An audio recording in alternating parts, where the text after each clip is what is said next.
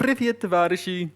As you'll have noticed, the location is new, and this is no accident, as I moved yesterday to my lovely, spiffing new house in London. Not flat, but sure.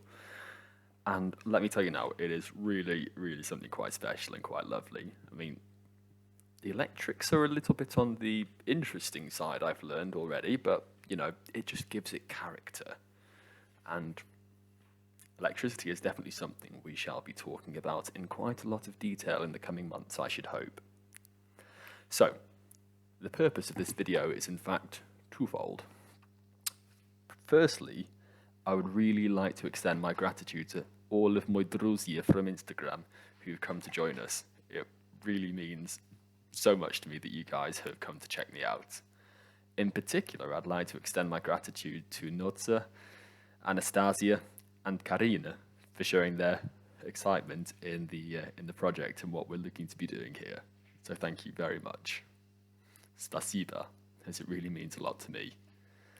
By request, I will indeed be doing a small video, and quite potentially a series of small videos in the not too distant future, about my learning of Russian, and a few little tidbits here and there about speaking English for people who either don't have English as a first language or who are trying to develop their own fluency in it.